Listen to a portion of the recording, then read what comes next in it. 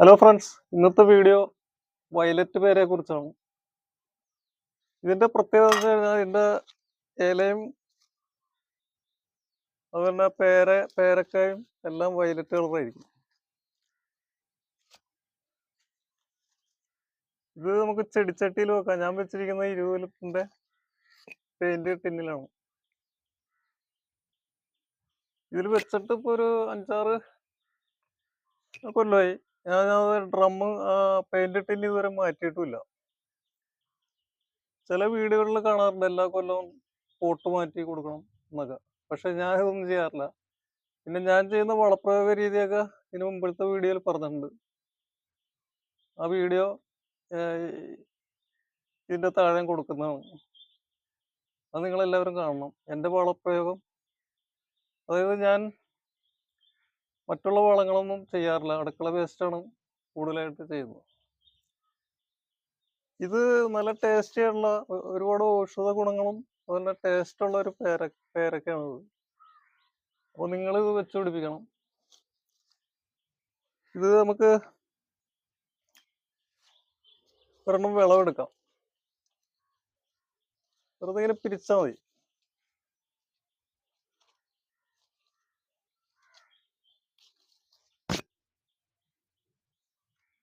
Violet കളറായിരിക്കും. Cut ചെയ്ത് നോക്കാം.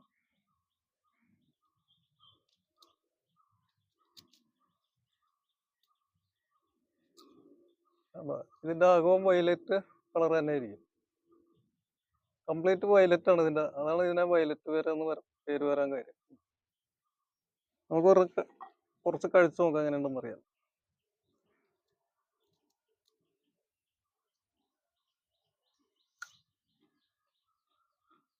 സാധാരണ പേരക്ക ഇരുന്നാലും ടേസ്റ്റ് ആയിട്ടുള്ള ഒരു ഫ്രൂട്ടാണ്. അപ്പൊ നിങ്ങള് ഡ്രമ്മില് വെച്ചുപിടിപ്പിക്കാൻ പറ്റുന്ന ഒരു ചെടിയാണ്. അതായത് ഒരു 10 ലിറ്ററിന്റെ ആണെങ്കിലും വെച്ചുപിടിപ്പിക്കാം. വലിയൊരു പോട്ട് ഉണ്ടെങ്കിൽ, ചെടിച്ചട്ടി ഉണ്ടെങ്കിൽ അതിലായാലും നിങ്ങൾക്ക് വെച്ചുപിടിപ്പിക്കാവുന്നതാണ്.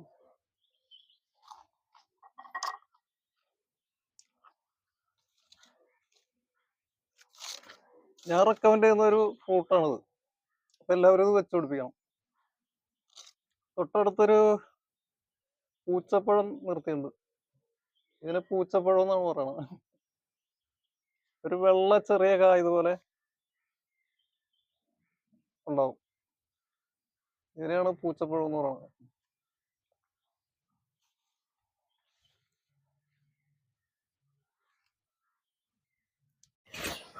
അടുത്തതായിട്ട് നിങ്ങളുടെ മുമ്പിൽ കാണിക്കാൻ പോകുന്നത് ഇതാണ് നമ്മുടെ മുന്തിരിപ്പേരാന്ന് പറയുന്നത്. നല്ലൊരു ഫ്രൂട്ട്സ് ആണിത്. കുട്ടികൾക്കൊക്കെ വളരെ ഇഷ്ടപ്പെടുന്ന ഒരു ഫ്രൂട്ട്സ് ആണിത്. കൊലകുത്തി ഉണ്ടാവും ഇത്. അതുകൊണ്ടാണ് ഇതിനെ മുന്തിരിപ്പേരാന്ന് പറയുന്നത്. ഒരു പുളിയും മധുരവും കലർന്ന ടേസ്റ്റാണ്. കുട്ടികൾക്കൊക്കെ വളരെ ഇഷ്ടപ്പെടും. ഇത് നിങ്ങൾ വെച്ചുപിടിപ്പിക്കേണ്ട ഒരു ഫ്രൂട്ട്സ് ആണെന്നാണ് എൻ്റെ അഭിപ്രായം. ഇത് ഒരെണ്ണം നമുക്ക് കട്ട് ചെയ്ത് നോക്കാം.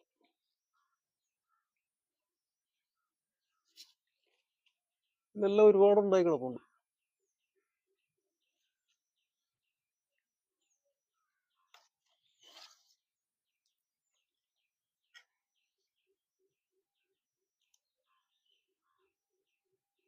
ഇതിന് കുരു ധാരാളം ഉണ്ടാവും.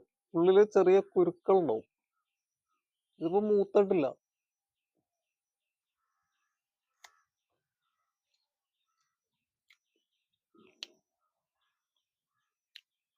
ഇത് നേരിയതായിട്ട് പഴുത്താലേ കഴിക്കാൻ ഭംഗിയുള്ളൂ ഇതുള്ളൂ. ഇത് കുറച്ചുകൂടി ഒരു കളർ വെക്കും. അപ്പോ നമുക്ക് കഴിക്കാവുന്നതാണ്. ഇതിന്റെ ചുറ്റിലും ഇത് ഉണ്ടായിട്ടുണ്ട്.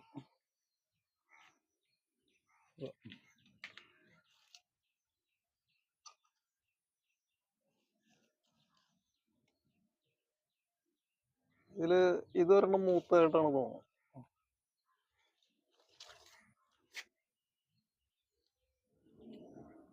ഇതാണ്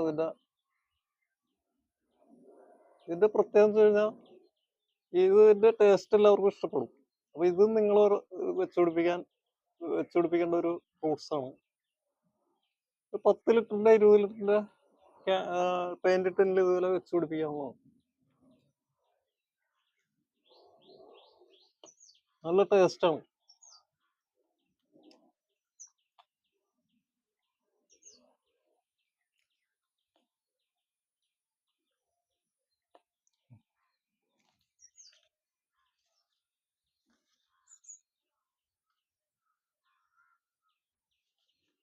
ഇതിന്റെ ചുറ്റും ഇത് കായകളുണ്ടായി കിടക്കുകയാണ് കാണുന്നത്.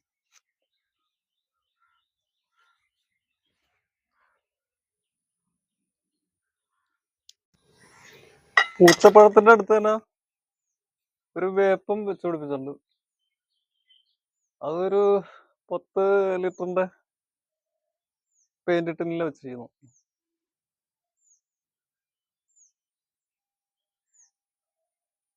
വീട്ടിൽ കറിക്ക് ആവശ്യമുള്ള ഇല നമുക്ക് ഇതിൽ നിന്ന് എടുക്കാം.